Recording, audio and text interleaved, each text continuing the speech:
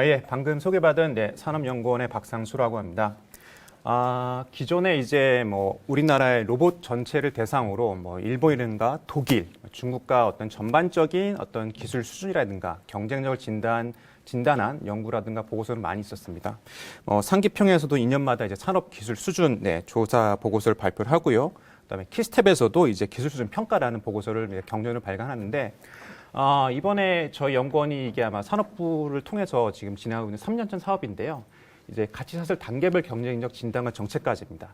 단순히 이제 제조업 전반이 아니라 제조용 로봇 산업을 가치사슬 단계별 구분해서 R&D, 그다음 조달, 생산, 그다음 애프터마켓 서비스, 수요 이렇게 가치사슬 단계별로 구분을 해서 각 단계별로 주요 국가의 경쟁력을 비교해서 과연 제조용 로봇 산업의 가치사슬 단계 중에서 네, 알겠습니다. 네. 혹시 잘 들리시나요, 이제? 네. 그 가치사슬 단계별로 일본, 그다음에 독일, 스위스, 미국, 중국 이 주요 국가의 비교를 통해서 그럼 제조용 로봇 산업 그 가치사슬 단계 중에서 우리가 어느 부분이 취약하고 이 취약 부분을 개선하기 위해서는 어떤 부분을 우리가 좀 정책적 중요도를 가지고 우리가 정책을 추진해야 될지 그러한 연구를 수행했는데요. 그런 내용을 중심으로 오늘 좀 발표를 하도록 하겠습니다. 네, 오늘 발표 순서는 먼저 이제 진행형 로봇 산업 개요, 로봇의 정의, 그다음에 로봇 분류에도 관한데 알아보고요. 그다음 최근 이제 국내 로봇 산업의 시장 동향, 그리고 세 번째로 제조용 로봇 산업 경쟁력 진단, 그다음 마지막으로 제조용 로봇 산업 발전을 위한 정책 제안 순으로 발표를 진행하도록 하겠습니다. 먼저 진행형 로봇 산업 개요인데요. 먼저 로봇 산업의 정의부터 좀 살펴보도록 하겠습니다. 그 진행형 로봇은 우리나라에 있는 진행형 로봇 개발 및 보급 촉진법 제2조에 정의가 되어 있습니다. 로봇은 보시는 바와 같이 인간을 모방해서 외부 환경을 인식하고 상황을 판단해서 자율적으로 동작하는 기계로 이렇게 정의가 되어 있고요. 근데 로봇의 종류는 국제 로봇 연맹 IFR에서 크게 이제 제조용 로봇과 서비스형 로봇으로 좀 구분을 하고 있습니다.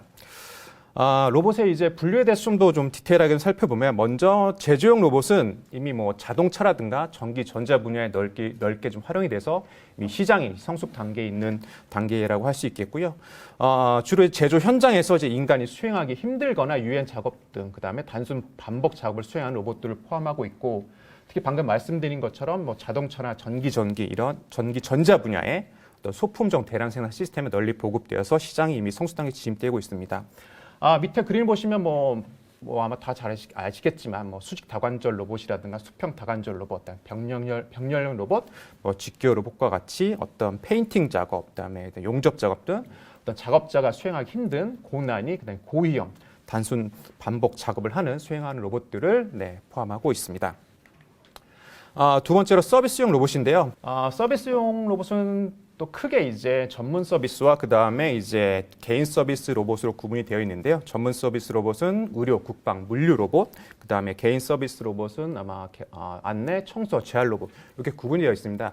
근데 아직까지 서비스 로봇은 청소 로봇이 아마 주를 이루고 있고요. 주로 이제 인간 노동력 보완이라든가 대체 및 고위험, 고정밀 작업을 하는 수행 로봇으로 되어 있는데 앞서 제조용 로봇이 이미 시장이 성숙돼 있다고 말씀드렸는데 서비스용 로봇은 이제 시장이 좀 커가고 있는 부분이 있습니다. 그러다 보니까 아직까지는 청소 로봇이 좀 주를 이루고 있는데 특히 이제 저희가 코로나19 팬데믹을 거치면서 서비스용 로봇의 수요가 크게 좀 증가를 하고 있습니다. 팬데믹 기간 동안 이제 개인들이 방역이라든가 아니면 이런 쪽에 관심을 갖게 되면서 그다음에 또 이제 비대면 경제를 전에 가속화되면서 어떤 언택트에 대한 수요가 증가하면서 접객 로봇, 그다음에 방역 로봇, 물류 로봇 이런 분야로 이제 시장이 크게 증가하면서 최근 이제 서비스형 로봇 시장이 전년 대비 30% 이상 고속 성장하고 있는 추세라고 말씀드릴 수 있겠습니다. 이어서 저희 로봇 산업이 아마 가격적인 특징을 좀 살펴볼 텐데요. 일단 로봇 산업의 특징은 무엇보다 R&D부터 이제 서비스에 이른 가치사슬이 이제 다층적으로 좀 연계되어 있어서 무엇보다 좀 이 산업이라든가 기술 파급 효과가 큰 산업이라고 할 수 있겠습니다. 일단 최근에 이제 4차 산업 핵심 기술을 할 수 있는 어떤 AI라는 빅데이터, 그다음에 사물 인터넷, 클라우드 컴퓨터 이런 어떤 융합 기술들이 이제 접목되면서 기존에 이제 단순 반복을 하던 로봇들이 어떤 고도화 첨단화되면서 어떤 사진에 보시는 것과 같이 뭐 양팔 협동 로봇, 그 다음에 협업 로봇, 양팔 로봇 같은 첨단 로봇들이 좀 많이 이제 출시가 되고 있고요. 그리고 이제 로봇의 활용 영역이 단순히 이제 어떤 제조업 영역뿐만 아니라 서비스 영역으로 크게 좀 넘어가고 있는 지금 추세입니다. 최근 뭐 협동 로봇 어떻게 보면 제조용 로봇의 일환이겠지만 최근 이제 협동 로봇이 이제 푸드테크 분야에 이제 크게 진출을 하면서 오히려 이제 좀 이런 로봇들이 단순히 이제 제조뿐만 아니라 이제 서비스 영역으로 점점 영역이 확대되고 있다고 좀 말씀을 드릴 수 있겠고요. 그 다음에 두 번째로 이제 기존의 어떤 제조업의 형식이 소품종 대량 생산이었다면 이제는 어떤 개별 소비자의 니즈를 충족해 줄 수 있도록 어떤 다품종, 소량, 홀류 생산 시스템으로 바뀌면서 제가 방금 사진에서 보여드린 것 같이 어떤 협동 로봇이라든가 아니면 첨단 로봇 이런 것들의 수요가 좀 크게 증가하고 있고요. 좀 프린트에서 잠깐 잘렸지만 앞으로도 이 로봇 산업은 계속 크게 좀 성장할 것을 내다보고 있습니다. 무엇보다 이제 인건비라든가 아니면 노동인구 감소를 겪게 되면서 이런 노동의 문제들을 어떤 로봇을 도입을 통한 이제 자동화를 통해서 어떤 해결하는 문제들을 해결을 하려고 하고 있고요. 특히 이제 코로나19 겪으면서 이제 공급망 이슈가 좀 커졌습니다. 그리고 또 인력난 이동도 이제 커다 보니까는 기존의 기업들이 해외로 나갔던 어떤 리쇼링이 있었다면 이제는 기업들이 자국 내로 생산을 들어오는 오프쇼링, 그 다음에 이제 니어쇼링 추진하다 보니까는 이제 자국 내에서 어떤 생산 시스템을 개발을 해야 되고 이 생산력의 경쟁력을 갖기 위해서는 무엇보다 어떤 자동화 시스템을 통한 어떤 생산 그 경쟁 역량을 확보하기 위해서 로봇을 도입을 적극적으로 하고 있고요. 그다음에 나중에도 설명을 드리겠지만 전 세계적인 메가 트렌드가 이제 저출산 고령화입니다. 이렇기 때문에 이제 향후에 이제 어떤 생산 가능 인구 감소 문제에 대한 어떤 대안으로서 로봇이 이제 부상하고 있고 또 그렇기 때문에 앞으로 로봇도 계속 좀 성장을 하고 있을 것 같고요. 또 이제 뭐 지금 최근 이제 뭐 반도체뿐만 아니라 주로 이제 첨단 산업 중심으로 기술 패권이 강조가 되면서 이제 공급망이 글로벌리 했던 공급망이 이제 자국 내로 이제 집중되면서 자국 내 이제 생산 시스템 구축하기 위해서도 제조용 로봇이 앞으로 향후 좀 빠르게 성장할 것으로 좀 내다보고 있습니다. 네, 다음은 이어서 국내외 로봇 산업 동향에 대해서 좀 살펴보도록 하겠습니다. 먼저 세계 로봇 산업 동향에 좀 설명을 드릴 텐데요.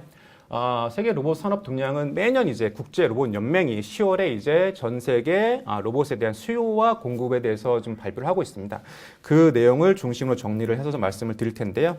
2021년 기준 제조용 로봇 판매는 50만 7,385대로 지금까지 역대 최고 실적을 기록했는데요. 전년 대비로 보면은 31.4% 크게 성장을 했고, 그 다음에 최근 5년간 성장률을 봐도 이제 11.2%로 좀 크게 좀 성장을 하고 있습니다.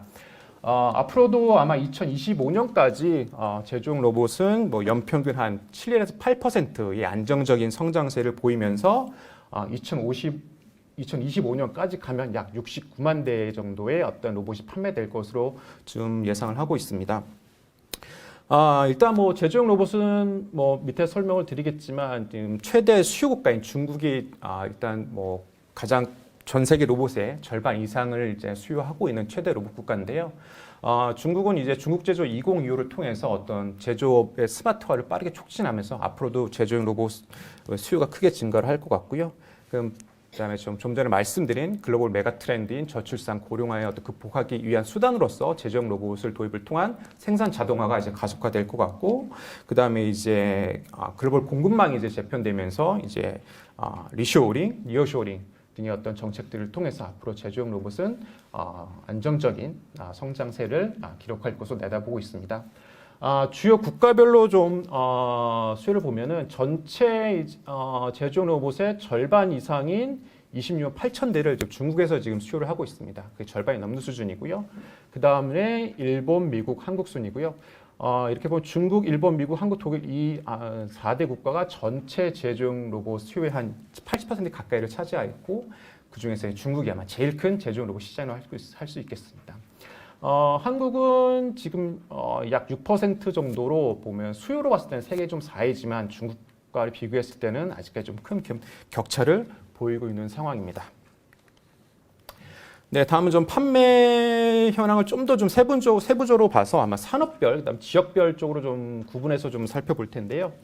먼저 산업별 제조용 로봇 수요를 보면은 아마 가장 크게 지금 수요하고 있는 분야가 자동차, 전기, 전자일 겁니다. 이 두 개 분야에서 제조용 로봇이 전체 한 60, 70% 정도 이렇게 수요를 하고 있고요. 지금 최근 작년 동해를 보면은 자동차, 전기뿐만 아니라 뿌리 산업이라고 할 수 있는 금속, 기계, 플라스틱, 화학 이 분야에서도 전년 대비 20% 이상 크게 좀 성장을 하고 있는 모습이고요. 지역별로 봤을 때는 아시아, 호주 이 지역이 전체 이제 판매의 약 38%, 전체 한 6, 70%를 차지하고 있고요. 증가세로 봤을 때는 전년 대비 약 37%를 증가를 하고 있습니다. 아시아, 호주는 아마 그 중국 시장이 포함되고 있기 때문에 아마 중국 수요 영향이 가장 크게 영향을 미치는 것으로 보고 있고, 그 외에도 유럽, 미주 모두 이제 최근 보면은 아마 전년 대비 로봇 수요가 크게 좀 증가하고 있는 모습입니다. 네, 지금까지 수요 부분을 봤는데요. 이번 좀 공급 사이드 쪽으로 좀 살펴보도록 하겠습니다. 앞서 제조용 로봇의 최대 수요 국가는 중국이라고 말씀드렸죠. 네, 중국이 아마 전체 제조용 로봇의 50% 이상을 좀 차지하고 있는데, 공급은 오히려 지금 좀 일본 기업들이 아마 전 세계 제조용 로봇 공급의 한 절반 이상을 차지하고 있습니다. 특히 이제 화나, 가와사키, 야스카와 등 어떤 이런 글로벌 3 기업들이 전체 로봇 글로벌 기업들 보유한 중국이 아마 일본이 전체 로봇산 공급을 주도하고 있고요. 2021년 기준으로 봤을 때 전체 공급량의 약 절반에 가까운 23만 1천만 대를 일본이 생산하면서 생산 1위 자리를 계속 좀 유지를 하고 있습니다. 특히 생산량의 80% 이상을 지금 수출하고 있기 때문에 앞으로 일본이 전 세계 제조용 로봇 공급의 허브 기관이라고 할 수 있겠고요. 공급면에 봤을 때 한국은 일본, 중국, 독일 다음으로 전 세계 생산의 약 4.7%를 차지하고 있지만 아직까지 일본에 비해서는 좀 열세인 것으로 지금 좀 판단이 되고 있습니다. 네, 그러면 제조 로봇 공급하는 주요 기업들 매출액 기준으로 10대 기업들을 좀 리스트업을 해봤는데요. 해당 자료는 이제 2020년 후지 경제에서 발표한 자료입니다. 제가 방금 이제 제조용 로봇산업 공급을 이제 일본 기업들이 주도하고 있다고 말씀을 드렸는데, 매출액 기준을 봤을 때도 화나, 그다음에 야스카와 가와사키 이런 일본 기업들이 상위 매출을 이제 차지하고 있고요. 그다음에 스위스 ABB, 그다음에 독일의 쿠카, 그다음에 이런 유럽 기업들, 특히 이제 유럽과 미국 기업들이 유럽과 일본 기업들이 전체 이제 로봇 상위 5대 기업에 포함한다고 할 수 있겠습니다. 화나기 보면 약 한 우리 하나로 7,700억 달러 매출을 규모를 하고 있고요.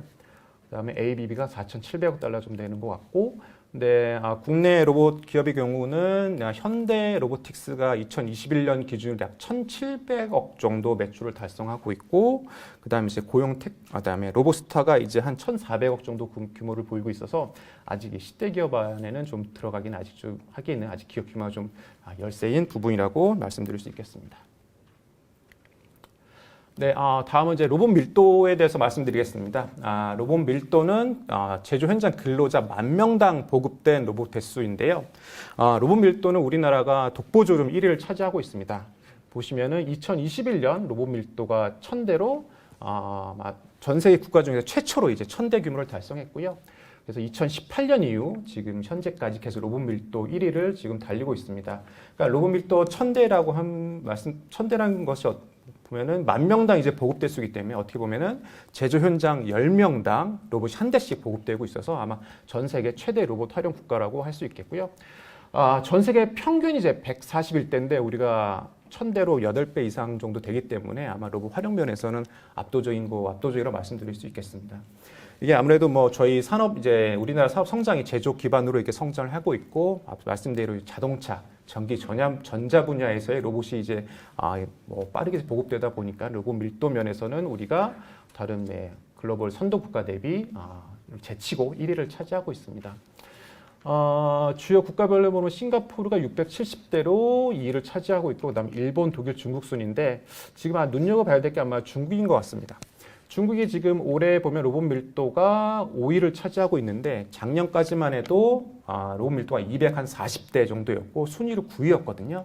근데 1년 만에 지금 4단계를 뛰어넘고 증가율 면에서도 로봇 밀도 작년 대비 중국이 전년 대비 이제 30% 이상 증가하면서 주요 국가 가운데서 가장 빠른 증가율을 기록하면서 로봇 보급이 빠르게 좀 진척되고 있습니다. 아마 내년에는 제 생각에는 400대를 넘어서 아마 일본과 거의 근접하지 않을까라고 좀 생각이 되고 있습니다. 네, 다음은 계속해서 최근 이제 가파르게 좀 성장을 하고 있는 협동 로봇 시장 동향을 좀 살펴볼 텐데요. 협동 로봇을 보면은 작년 이제 2021년 기준으로 전 세계 약 39,000대가 좀 판매됐습니다. 전체 이제 제조용 로봇에서 차지하는 비중이 보면 2021 기준으로 7.5%이기 때문에 아직까지 협동 로봇이 전체 제조용 로봇에 차지하는 비중은 좀 크진 않지만 이제 성장세를 보면 되게 무섭습니다. 2017년에 2.8%였네요, 비중이. 근데 2021년에 7.5%로 지금 불과 한 4년 만에 2배 이상 성장을 했고요. 전년 대비 증가를 보면은 2020년에 약 26,000대였는데 지금 39,000대로 전년 대비 49.6%로 지금 제조용 로봇과 비교했을 때 훨씬 더 빠른 증가세를 보이고 있고, 최근 이제 연평균 증가율을 봤을 때도 제조용 로봇이 약 6.7%를 보이고 있는데 협동 로봇은 이제 30.8%로 지금 아주 가파르고 빠르게 좀 이제 성장을 하고 있습니다. 지금 협동 로봇은 단순히 IFR 보고서뿐만 아니라 아마 주요 시장 이제 분석 기관에서도 협동 로봇 시장을 매우 긍정적으로 좀 평가를 하고 있습니다. 가장 최근 자료가 이제 마켓스가 아마 작년 이제 11월에 발표한 자료를 좀 인용을 했는데요. 해당 자료에 따르면은 이제 2021년 협동 로봇 시장 규모가 이제 11억 달러에서 2028년까지는 92억 달러로 이제 연평균 이제 41.5% 빠르게 성장할 것으로 내다보고 있습니다. 이러한 주요한 성장 동의를 한 다음 한 5가지 정도로 살펴봤는데요. 무엇보다 일단은 기존 산업용 로봇 대비 안전성과 편의성을 확보하고 있다는 점입니다. 기존 산업용 로봇은 산업안전보건 기준법에 의해서 이제 1.5m 펜스를 이제 펜스를 둘러야 되는데 협동 로봇 같은 경우는 이미 관련된 안전 어떤 인증과 안전 센서들이 부착되어 있기 때문에 그런 펜스 없이 작업자와 같은 공간에서 할 수 있는 안전성이 보장이 되어 있고, 또한 고정형이 아니라 이동식으로 이제 다른 공정에서도 이제 적용할 수 있기 때문에 그런 편의성이 일단 확보가 되어 있고요. 무엇보다 이제 기존 산업용 로봇 대비 가격 경쟁력을 가지고 있습니다. 기존의 어떤 수직 다관절 로봇이 작게는 1억에서 1억 5천까지 가고, 그다음에 SI까지 하면 2억이 넘게 들어가는데, 지금 이제 협동 로봇이 UR 로봇 기준으로 봤을 때 그래도 한 5천만 원, 그다음에 우리나라 유로메카나 아니면은 좀 약간 저가형 협동 로봇이 한 2천만, 3천만 대로 가격을 형성하고 있기 때문에 기존 이제 그 제조용 로봇 대비 가격이 좀 저렴한 부분이 있고, 그다음에 ROI가 높기 때문에 지금 빠르게 이제 좀 증가를 하고 있고요. 그리고 그다음에 표준화가 어려운 이제 금속, 식음료, 플라스틱 이런 같은 비정형 그런 어떤 산업에서의 생산 공정에 투입하기 용이하고, 마지막으로 높은 확장성의 예를 들 수 있겠습니다. 아까 제가 서두에 말씀드렸지만 협동 로봇이 제조용 로봇이면 이지만 최근에는 오히려 더 푸드테크 분야에 좀 활용도가 높은 것 같습니다. 최근 계속 뉴스도 많이 나오고 있지만 튀김 로봇이라든가 아니면 바리스타 로봇, 그다음에 면을 볶는 로봇, 이런 것들이 어떻게 보면 협동 로봇을 기반한 솔루션 적용인 거기 때문에 이런 제조 현장뿐만 아니라 서비스 영역으로의 협동 로봇 활용도가 높아지면서 협동 로봇은 앞으로도 좀 가파른 성장세를 이어갈 것으로 좀 예상되고 있습니다. 네, 다음은 지금까지 해외 시장을 좀 살펴봤는데요. 우리 국내 로봇 산업 동향에 대해서 말씀을 드리도록 하겠습니다. 국내 로봇 시장은 로봇산업진흥원과 로봇산업협회가 매년 이제 어떤 공급 기업들을 대상으로 실태 조사를 해서 시장 규모라든가 이런 것들을 발표하고 있습니다. 이제 2021년 기준 우리나라 전체 로봇산업 매출은 이제 5조 6천억이고요. 2016년에 4조 6천억 원에서 5조 6천억으로 지금 약 5년 사이에 약 1조 정도 규모가 증가를 했고, 최근 5년 동안 연평균 4.1% 정도 성장을 하고 있습니다. 아까 세계 시장이 최근 한 11% 성장을 하고 있는데 우리나라는 아직 그보다는 좀 낮은 증가율을 기록하고 있지만 그래도 4%의 안정적인 성장세를 유지를 하고 있습니다. 전체 어떤 부문별로 보면은 제조용 로봇이 전체 시장의 약 50%를 넘게 차지하고 있어서 우리나라 로봇 산업은 제조용 로봇 산업이 좀 견인을 하고 있고요. 그다음에 부품이 30%, 그다음에 서비스 16% 이렇게 좀 차지를 하고 있습니다. 5년 전과 좀 비교를 해보면은 제조용 로봇의 비중이 약간 줄어든 대신 그 로봇 부품에 대한 그런 시장이 확대되고 있는 현상이라 할 수 있겠고요. 그다음 제조용 로봇에 좀 한해서 좀 살펴보면은 2021년 기준 제조용 로봇이 약 2조 6,514억 원으로 생산 규모가 되고요. 그다음 최근 이제 성장률 0.9% 정도로 좀 다소 이제 성장이 좀 정체된 모습이긴 합니다.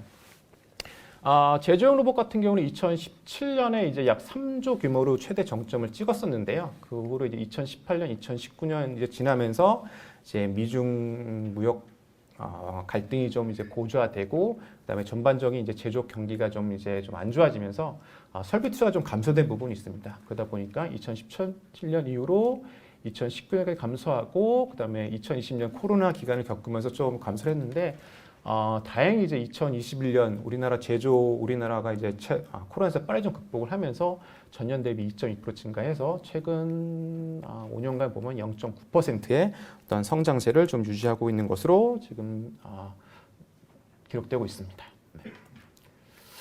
네, 지금까지 이제 뭐 국내 로봇 산업 동향에 대해서 살펴봤고요. 이제는 저희 제조용 로봇 산업 가치사슬 단계별 경쟁 우위 진단에 대해서 좀 말씀을 드리도록 하겠습니다. 먼저 이 가치사슬에 대해서 좀 말씀을 드려야 될 텐데요. 보통 어떤 한 산업, 어떤 제품의 이제 가치사슬은 다음 6단계로 이렇게 설명드릴 수 있겠습니다. R&D, 그다음에 디자인, 조달, 생산, 애프터마켓 서비스, 수요 이런 단계로 이제 설명이 될 텐데요. R&D는 어떤 제품에 대한 기술적인, 그다음에 기능적인 어떤 가치에 중점을 둔 활동이라 할 수 있겠고, 산업 디자인은 어떤 기술적이보다는 어떤 미적, 경제적 가치에 중점을 둔 활동용이라 할 수 있겠습니다. 다음 조달은 어떤 제품의 생산하기에 필요한 어떤 소재라든가 부품, 장비, 소프트웨어를 공급하는 이 단계로 이제 정의를 할 수 있겠고, 생산은 어떤 조달된 부품이라든가 소재를 이용해서 완제품을 생산하는 그런 제조하는 일련의 모든 활동이라고 정의할 수 있겠고, 애프터마켓 서비스는 판매 후에 어떤 새로운 부가가치 창출을 하는 활동이라 할 수 있겠습니다. 마지막으로 수요는 제품이나 서비스를 구매하는 분야이긴데요. 근데 모든 산업이 이런 동일한 가치 사슬을 적용을 하진 않습니다.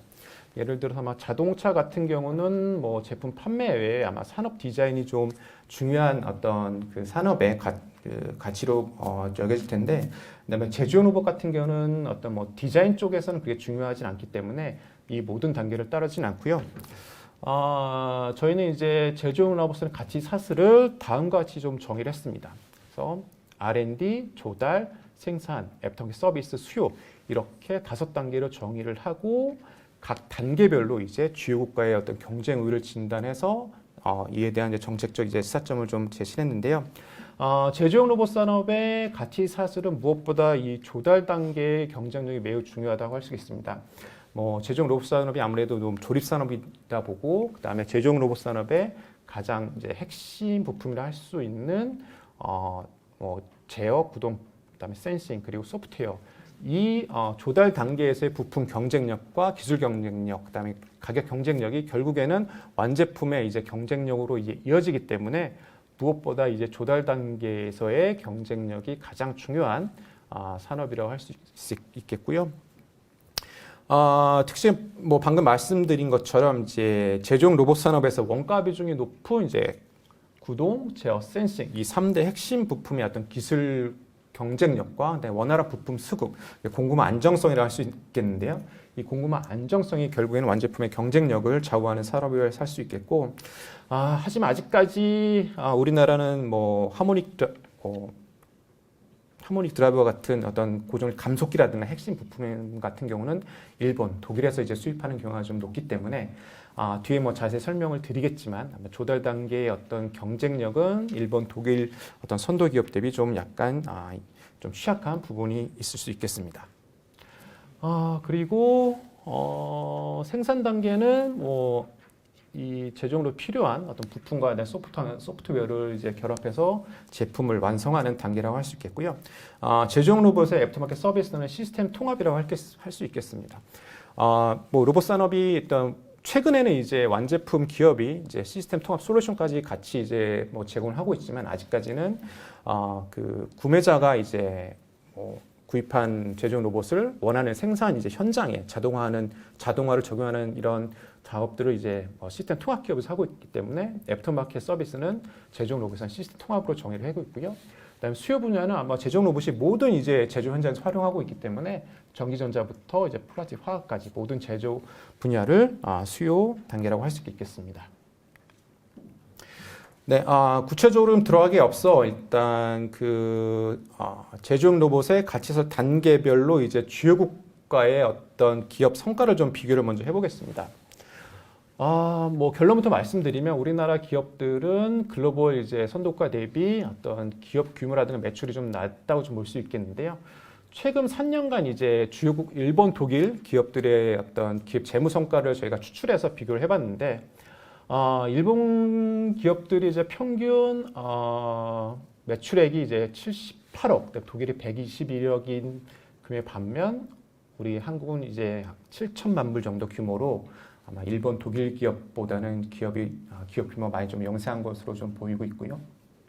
그다음에 영업이익률 변에서도 일본이 7%의 어떤 수익률을 창출하고 있고, 독일은 좀 낮지만 그래도 어떤 적자를 보지 않고 이익을 지금 발생하고 있는데, 한국은 최근 이제 3년간 보면은 마이너스 4.9%의 영업 손실을 좀 기록하고 있다고 할 수 있겠습니다. 그리고 좀 더 자세히 아마 좀 그래프를 보면서 말씀을 드릴 텐데, 지금 이 그래프는 각 그 제조용 로봇 기업들의 매출액과 영업이익률을 이제 분포도를 나타내는 거로 할 수 있겠습니다. 먼저 첫 번째 우상단에 있는 그래프는 우리나라 기업들의 가치사슬 단계별로 이제 속해 있는 기업들을 추출해서 그 기업들을 매출액과 영업이익률 단계로 이제 분포도를 이제 나타낸 건데요. 각 점들이 아마 보면 각 기업이라고 이해를 하시면 될 것 같습니다. 그래서 이 1사분면에 있는 기업들이 이 평균 매출액도 높고 영업이익률도 양의 이제 플러스 이익률을 기록하고 있는 기업들 분포라고 할 수 있겠고, 마지막에 3, 4분면에 있는 기업들은 이제 매출액도 뭐 평균 대비 낮고 그다음에 마이너스 영업이익률을 이제 기록하고 있는 기업들 분포라고 할 수 텐데요. 먼저 첫 번째 우리나라 기업들의 분포들을 보면은 일부 몇 개 기업들이 좀 매출액도 높고 영업이익률을 좀 선도하고 있지만, 밑에 보시면 많은 기업들이 평균 매출액보다 이하의 어떤 매출 규모를 보이고 있고, 그 다음에 영업이익률 면에서도 뭐 소위 마이너스 50% 이상의 수익 마이너스 이제 영업이익을 보이면서 전반적으로 기업 성과가 좀 이제 좀 좋지 않은 것으로 나타나 있고요. 좀 더 이제 국제적으로 좀 비교를 해보면은 이쪽에 보시면 이제 주요 이제 생산 기업들 국가별로 좀 분포들을 나타낸 것입니다. 보면은 황토색이 독일이고 파란색이 한국이고요. 그다음에 하늘색이 청록색이 일본인데, 보시면은 우상단에 있는 기업들이 대부분 아마 독일, 그다음에 일본 기업들이 좀 포진을 하고 있고, 밑에 보시면은 이제 영업이익도 안 좋고 그다음에 매출액이 좀 작은 그런 3, 4분면은 아마 우리나라 기업들이 좀 포진하고 있어서 전반적으로 아직까지는 우리나라 제조용 로봇 기업들이 글로벌 기업 대비보다는 매출액이나 수익률 면에서 좀 열세인 것으로 전반적으로 나타나고 있고요. 그다음에 해당 요 그래프는 이제 세계 이제 매출액 기준으로 이제 세계 10대 기업들을 좀 추출해봤는데, 그러면서 보시면 알 수 있겠지만 주로 독일, 스위스, 일본 기업들이 대부분을 차지하고 있습니다. 뭐 화학이 아마 이 최근 2019년, 21년 동안 영업이익률이 거의 30% 가까이 육박하는 수준을 나타내 있고, 그 다음에 일본의 뭐 야스카와 야마와 그 다음에 세이코, 앱손, 가와사키, 특히 10대 기업 중에 상위 이제 일본 기업이 6개 기업이 상위 10대 기업에 포진되어 있고요. 그 다음에 독일 기업은 쿠카, 그 다음에 스위스, ABB 이렇게 되어 있고, 한국 기업은 현대 중공업 지주 아마 그 현대 로보틱스 분사하기 이전이기 때문에 아마 로봇 전업도 매출액이 아니라 현대 중공업 전체에만 매출로 잡다 보니 아마 현대가 이제 10대 기업이 들어왔는데, 아마 현대 로보틱스만으로 봤을 때는 아마 10대에서 좀 밀려날 수 있는 그런 수준이라고 할 수 있겠습니다. 네, 계속해서 저희 경쟁 진단 방법론에 대해서 간략히 좀 설명을 드리겠는데요. 앞서 말씀드린 것처럼 제조용 로봇의 가치사슬을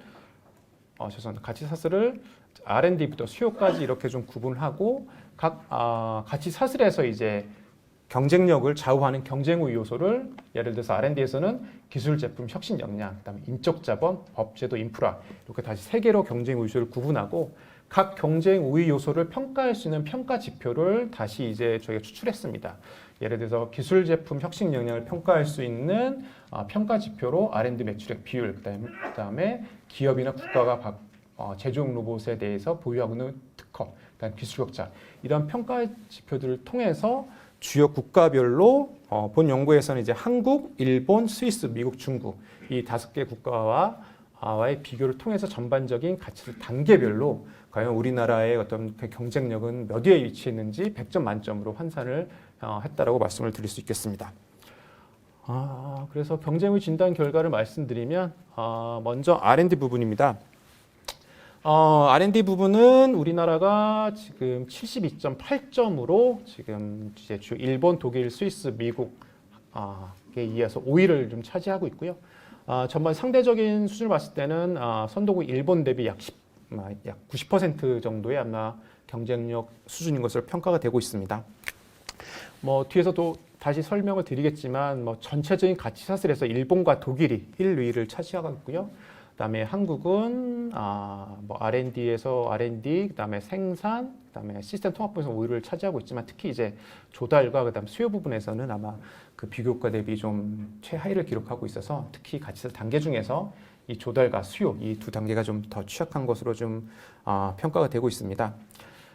조달 R&D 단계에서는 일본이 이제 98점으로 세계 최고 수준을 기록하고 있고요. 그 다음에 독일, 스위스, 미국 순으로 지금 평가가 되고 있고, 뭐 제조용 로봇은 아까 뭐 매출액 규모에서도 보여드렸지만, 뭐 스위스, 독일, 유럽 기업과 그다음에 일본 기업들이 아무래도 완제품이랑 부품 모든 면에서 좀 세계 최고의 기술을 갖고 있기 때문에 R&D에서 아마 제일 높은 평가 점수를 받은 것 같고.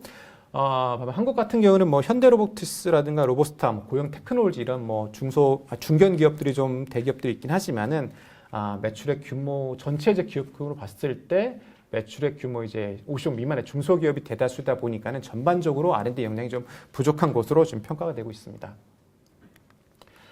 두 번째 조달 단계인데요.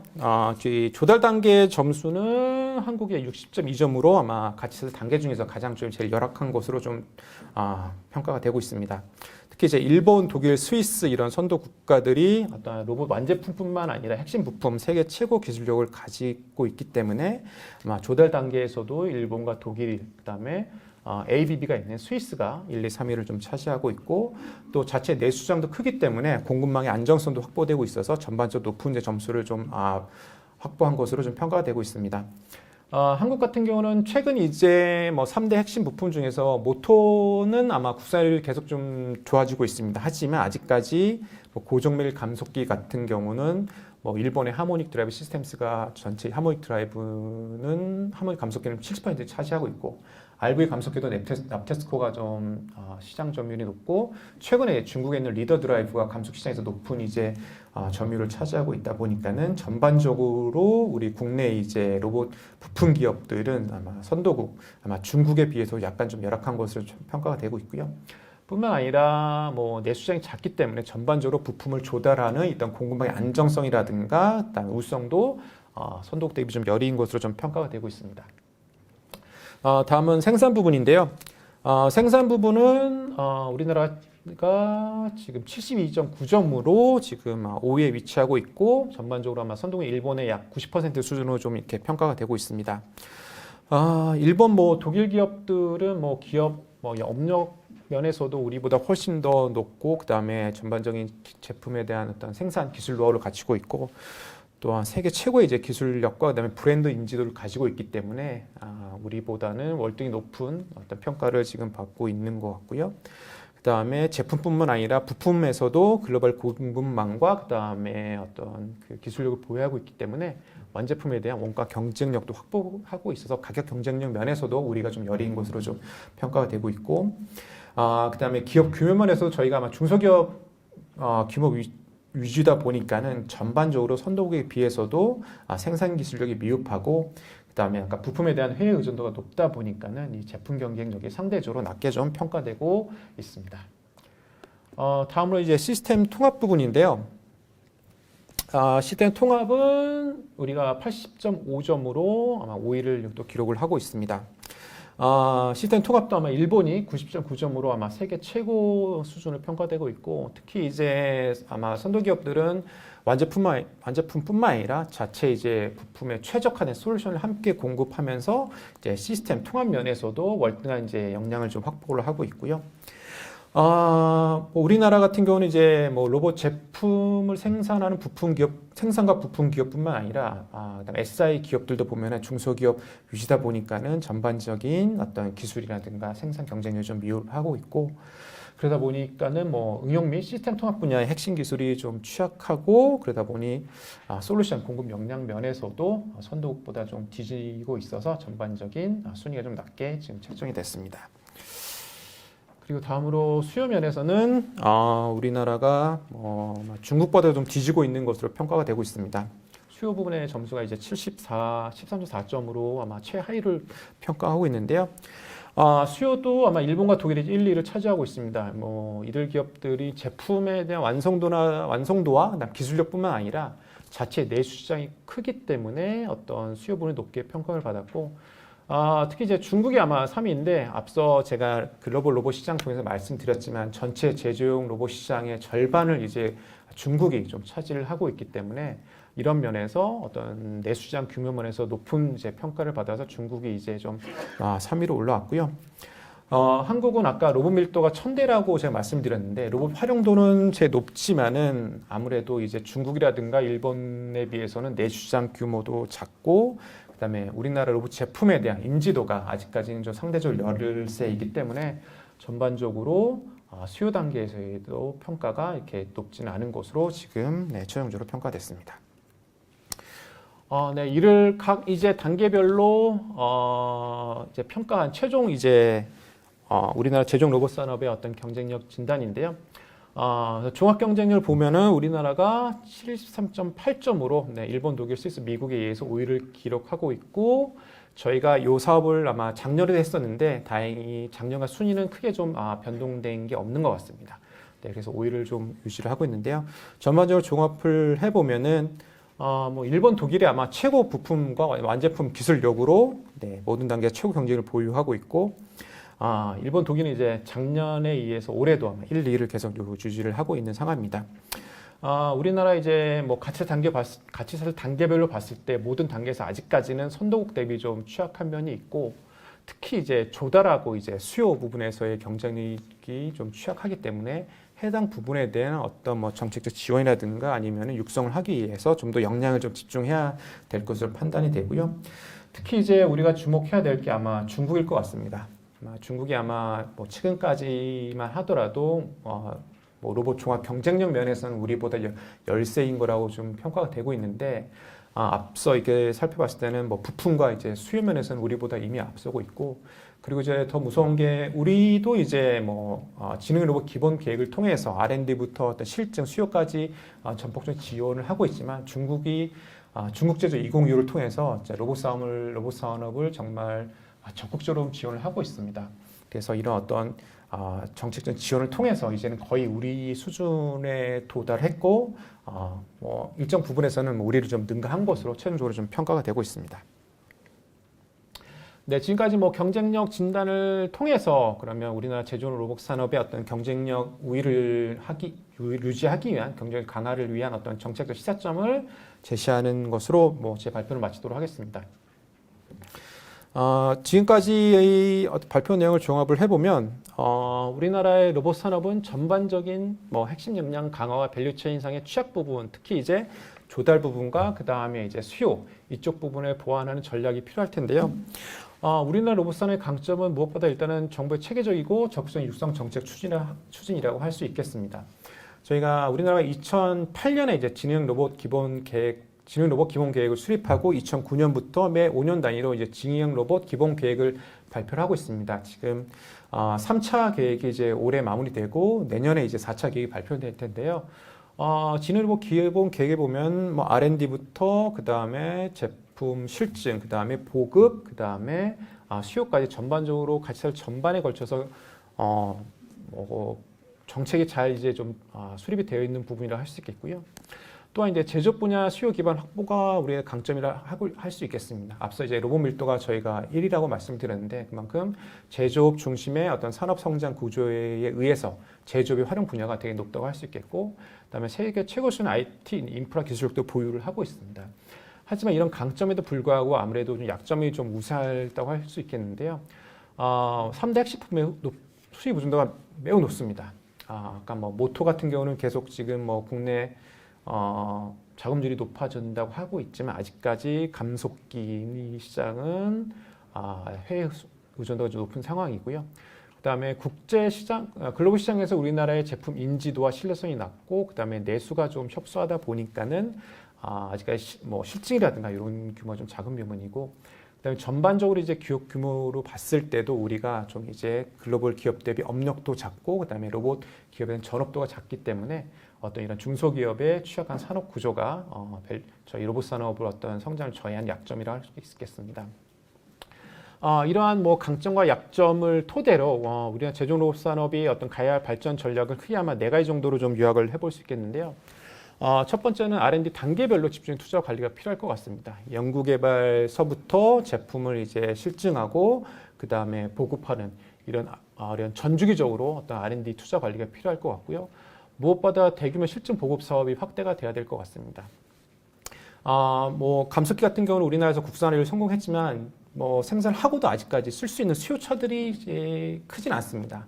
왜냐하면 기존에 이제 로봇 완제품 기업들이 어떤 그 수입 일단 부품들을 사용을 하고 이런 안정성이 이제 확보가 되어 있기 때문에 우리나라 뭐 감속기라든가 모터 제품이 어떤 가격 경쟁력이 있다 하더라도 요를 좀 제품을 바꾸는데 좀 보수적인 경향이 있습니다. 그렇기 때문에 어떤 뭐 제품 로봇 완제품 개발 단계에서부터 어떤 부품과 이런 것들을 연계해서 제품 개발할 수 있는 어떤 실증 보급 사업을 통해서 부품뿐만 아니라 로봇 완제품의 신뢰성, 가격 경쟁력을 확보해야 될 것 같고요. 이를 위해서 무엇보다 이제 어떤 핵심 부품에 대한 수입 의존도를 좀 줄여야 되겠고, 그 다음에 부품에 대한 안전적 수급할 수 있는 공급망도 확보를 해야 될 것으로 생각이 되고 있습니다. 또한 아까 내수시장이 매우 작다고 제가 말씀을 드렸는데요. 이러한 내수시장 한계를 극복하기 위해서는 우리의 경쟁 우위라든 기술 및 제품 기반으로 어떤 해외 시장 진출 방안을 모색을 해야 될 것 같고요. 마지막으로는 지금 중소기업 중심의 어떤 그 기업 생태계를 좀 극복하기 위해서는 로봇 전문 기업 육성을 통한 공급 역량을 좀 강화해야 될 것으로 생각되고 있습니다. 특히 뭐 선도 기업과의 적극적인 M&A라든가 협력 관계를 구축을 해야 될 텐데, 뭐 좋은 얘기가 아마 중국이 이제 메이디 전자업체인 메이디사가 2010년에 독일의 쿠카를 이제 인수했습니다. 그때 그럼으로써 지금은 중국이 어떤 로봇 기술력 면에서도 우리를 좀 더 앞서고 있기 때문에 어떤 뭐 선도 기업과의 어떤 적극적인 M&A 추진도 하나의 방법이라고 좀 할 수 있겠습니다. 뭐 지금까지 말씀드린 걸 좀 이제 좀 구체적으로 좀 설명을 드리면, 우리가 제조용 로봇 산업의 어떤 발전을 위한 정책 방향은 크게 아마 다음 3가지 정도로 요약을 할 수 있겠습니다. 먼저 말씀드린 것처럼 R&D 부분에서 종합 역량을 강화하고, 그다음에 공공 민간 영역에서의 어떤 실증 시범 사업을 통해서 부품의 신뢰성 및 안전성을 확보해야 되겠고요. 두 번째는 뭐 중소기업의 어떤 좀 열악하고 취약한 산업 구조에서 벗어나서 선도 기업과 경쟁할 수 있도록 전문기업의 육성을 통한 기업 공급 역량 확보가 필요하고, 세 번째는 어떤 내수시장의 어떤 한계를 극복하기 위해서는 해외 시장 진출 전략과 적극적인 규제 개선도 마련이 돼야 될 것으로 생각됩니다. 네, 좀 더 구체적으로 좀 자세하게 좀 설명을 드리고, 뭐 시간 관계상 제 발표를 마치도록 하겠습니다.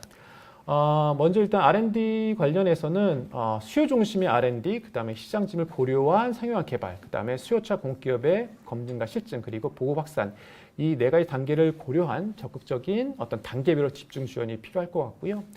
그 다음에 국산 로봇 부품 완제품 신뢰성 확보를 위해서는 수요기업 참여형 대규모 실증이 필요합니다. 특히 이제 제조용 로봇의 대규모 수요를 담당하고 있는 대기업과 그다음에 로봇 부품 완제품 기업이 제품 개발 초기부터 이제 같이 연계해서 생산 현장에서 제품의 성능과 신뢰성을 평가할 수 있는 그런 트랙 레코드 확보가 중요할 것 같고요. 그다음에는 지금 저희 제조용 로봇이 아직까지는 그래도 이제 단순 작업, 그다음에 자동화에 치우쳐져 있지만 앞으로 로봇이 이제 좀 더 활용이 좀 높아질 거 예상되는 어떤 이런 분야에서의 어떤 비즈니스 모델을 적극적으로 좀 개발을 해가지고 제품의 신뢰성을 확보할 수 있도록 그다음에 공공 조달도 아마 필요할 것 같고요. 그다음에 기업 공급 역량 면에서는 말씀드린 것처럼 어떤 글로벌 기업을 대상으로 적극적인 M&A 및 투자 전략이 좀 필요할 것 같습니다. 좋은 예로 아마 작년에 현대자동차가 이제 보스턴 다이내믹스를 인수한 사례가 있고요. 그다음에 올해 초에는 이제 삼성전자가 레인보우 로보틱스를 투자를 한 부분이 있기 때문에 어떤 일단 로봇 기업들에 대한 M&A나 투자가 좀 중요할 것 같고, 그다음에 아마 중소 중견 기업들이 아니 중소 기업 기업들은 이제 뭐 R&D 역량이라든가 아니면 R&D에 투자할 어떤 예산이 부족하기 때문에 어떤 뭐 대기업이라든가 아니면은 대학 이런 산학연 기술 협력 네트워크 그런 얼라이언스를 통해서 어떤 중소 중견 기업들의 R&D 역량을 좀 제고할 수 있는 지원 방안이 마련되어야 될 것 같고요. 그다음에 수요 시장 관련해서는 뭐 적극적인 해외 시장 진출 전략을 좀 노려야 될 것 같습니다. 그러니까 뭐 중국이 지금 가장 가파른 이제 시장 증가세를 보이고 있기 때문에 중국 시장뿐만 아니라 최근 뭐 싱가포르라든가 이런 아세안 시장에서도 제조용 로봇 수요가 지금 높아지고 있습니다. 그런 신흥 국가를 대상으로 우리의 경쟁국에 있는 제품과 어떤 기술을 우리를 통해서 어떤 협력과 어떤 이런 관계를 통해 가지고 글로벌 가치 사슬을 이제 국내뿐만 아니라 전 세계적으로 확대를 해야 될 것 같고요. 마지막으로 규제 개선 부분입니다. 로봇이 활용되는 분야가 제조에서 이제 서비스로 넘어가고 있는데 아직까지 좀 관련 규제들이 어떤 로봇 시장을 활성화하는 그런 제약 요인으로 좀 인식이 되고 있습니다.